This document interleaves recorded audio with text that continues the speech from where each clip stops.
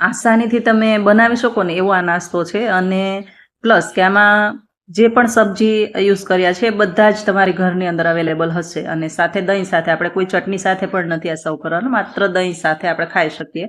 અને ઇવનિંગ સ્નેકની અંદર તમે બનાવી શકો. એકદમ ફટાફટ બનતો ને એકદમ નવો જ નાસ્તાની આ રેસીપી આપી છે. તો અંત સુધી જોજો અને ગમે તો શેર કરી દેજો. તો અહીંયા થોડાક મગ પડ્યા હતા મારે ફણગાવેલા, તો મગ લઈશું અને પછી આપણે એમાં એડ કરી દઈશું કોર્ન. તો મકાઈના દાણા પણ બાફીને લીધેલા છે, એ પ્રમાણે ગાજર એડ કર્યું છે, છીણીને એડ કર્યું છે. કોબીને પણ મેં અહીંયા છીણીને એડ કરી છે. સાથે થોડા એવા કેપ્સિકમ બારીક સમારેલા છે એડ કરી દઈશું. અને અડધું ટમેટું આ રીતે બારીક રફલી ચોપ કરેલું છે. પછી દૂધી મેં ખમણીને પાણી નિતારીને એડ કરી છે. અડધો કપ ચોખાનો લોટ છે અને અડધાથી પણ ઓછો રવો લીધેલો છે. અને 1/4 કપ દહીં એડ કરી દઈશું. અને પછી આમાં સ્પાઇસી મરચી તીખાસ માટે આપણે એડ કરી છે. 6 નંગ મરચીને આ રીતે મિક્સરમાં ફેરવીને લીધેલી છે. થોડા એવા ધાણા એડ કરી દઈશું અને સાથે સ્વાદ પ્રમાણે આપણે મીઠું એડ કરી દઈશું. એ પ્રમાણે થોડી એવી હળદર એડ કરી છે અને મરીનો પાવડર એડ કર્યો છે. થોડું એવું આપણે અહીંયા કાશ્મીરી રેડ ચીલી પાવડર પણ એડ કર્યો છે. હવે આ બધું આપણે બરાબર મિક્સ કરી લઈશું. તો આ રીતે પહેલાં હાથ વડે જ મિક્સ કરીશું અને ત્યાર પછી થોડું એવું પાણી આમાં એડ કરી દઈશું ને થોડું થિકનેસમાં એવું આને બનાવી લઈશું. તો અહીંયા અડધો કપ પાણી એડ કરું છું અને આ રીતે મિક્સ કરી લઉં છું. બસ આ જ રીતે આને હાથ વડે આપણે મસળશું એટલે મસાલો બધો એક સરખો ઇવનલી ભેગો થઈ જાય. આટલું થિકનેસમાં આને રાખીશું અને ત્યાર પછી અહીંયા આપણે બેસન એડ કરવાનું છે. જો પહેલાં બેસન એડ કરી દેશું તો પાણી વધારે પડતું શોષી લેશે, એટલા માટે મેં લાસ્ટમાં એડ કર્યો છે. હવે અડધો કપ અહીંયા બેસન એડ કર્યો છે. હવે પછી પાણી જોઈએ તો જેમ બને એમ પાણી ઓછું નાખવાનું છે, કારણ કે આના આપણે પુડલા બનાવવાના છે. એટલા માટે આને લિક્વિડી નથી રાખવાનું, કારણ કે મકાઈના દાણા અને ઘણી બધી આપણે વેજીસ સાથે આને બનાવીએ છીએ ને, તો જ્યારે પુડલું તમે પતલું કરો તો લિક્વિડમાં બેટર બનાવવાનું હોય છે. પણ જો પુડલું થોડું એવું જાડું હોય, કારણ કે સબ્જી સાથે છે, તો આપણે થોડું જાડું કરવાનું છે. એટલા માટે પાણી ઓછું નાખવાનું છે, નહીં તો બધું છૂટું પડી જશે. હવે આ રીતે આને એક પેનની અંદર, નોનસ્ટિકી પેનમાં, તમારી પાસે જો લોઢી હોય તો એમાં કરી શકો. મારી પાસે લોઢી નથી એટલા માટે હું પેનમાં બનાવું છું. નોનસ્ટિકી લેવાની છે અને આ રીતે થોડું એવું ઘી ગ્રીસ કરી અને પછી આ પુડલું મેં પાડ્યું છે. અને પછી હવે આને આપણે આ રીતે અલટ પલટ કરતા બંને બાજુથી ઘી લગાવતા શેકી લેશું. તો એકદમ હેલ્ધી એવું પુડલું બનીને તૈયાર થશે. અને આમાં જે સબ્જી મેં એડ કરી છે ને એની જગ્યાએ તમારી પાસે કોઈ પણ સબ્જી અવેલેબલ હોય તો તમે નાખી શકો અને પનીર પણ ખમણીને એડ કરી શકો. તો ખૂબ ટેસ્ટી એવું આ પુડલું બને છે. તો આ રીતે આપણે અલટ પલટ કરતા આ પુડલાને બનાવી લઈશું. અને હા, આ લંચ બોક્સમાં, એટલે કે છોકરા જે નાના બાળકો હોય એને લંચ બોક્સમાં પણ આ તમે ફટાફટ બનાવીને આપી શકો. જો રાત્રે તૈયારી કરી હોય તો સવારે મોર્નિંગમાં વહેલી સ્કૂલ હોય તો તમે નાસ્તાની અંદર આ ભરીને આપી શકો.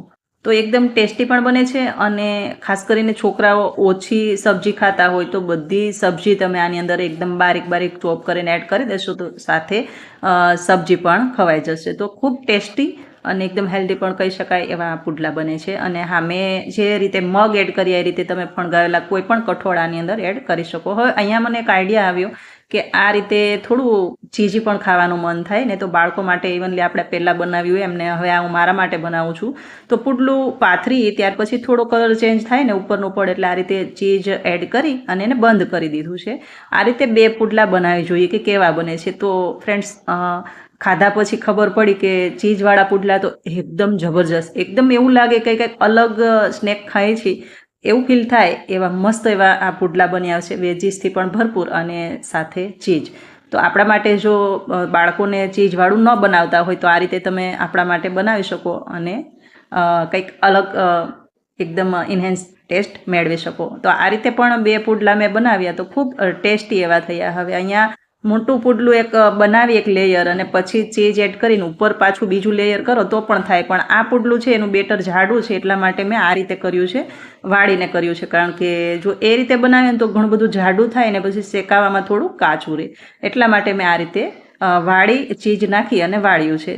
તો એકદમ જબરજસ્ત આ પુડલા બને છે. અને હા, તમને ગમે તો પાછા શેર કરી દેજો. ને મારી ચેનલ પર તમે આવ્યા હોય, મારો વિડીયો વોચ કરતા હોય ને, તો પહેલાં તો મારી ચેનલને સબસ્ક્રાઈબ કરી દેજો. જો આ જે ચીઝવાળું છે ને એકદમ આ મોઝરેલા ચીઝ છે.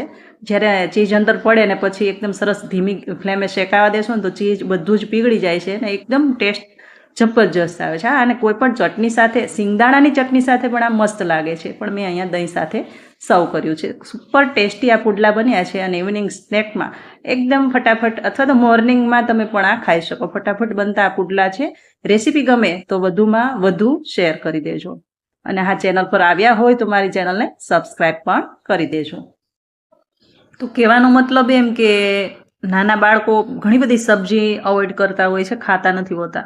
તો બધી જ સબ્જી જે પણ ઘરમાં પડી હોય એ બધી જ સબ્જી અંદર ચોપરની અંદર ચોપ કરી દેશો તો એકદમ બારીક થઈ જશે. આ કોણ મેં અહીંયા આખા નાખ્યા છે, મકાઈના દાણા, તમે એને પણ ચોપ કરી શકો. એને પછી થોડું પતલું પણ બેટર બનાવવું હોય તો પણ બની જાય, અને થોડું પુડલું પતલું પણ થાય. એટલે બાય ચોઈસ તમારી, જે રીતે તમને ફાવે એ રીતે કરી શકો, પણ એકદમ ટેસ્ટી બને છે. તો ચોક્કસથી ટ્રાય કરજો, અને ફરી પાછા આપણે મળતા રહીશું આવી જ અવનવી રેસીપી સાથે.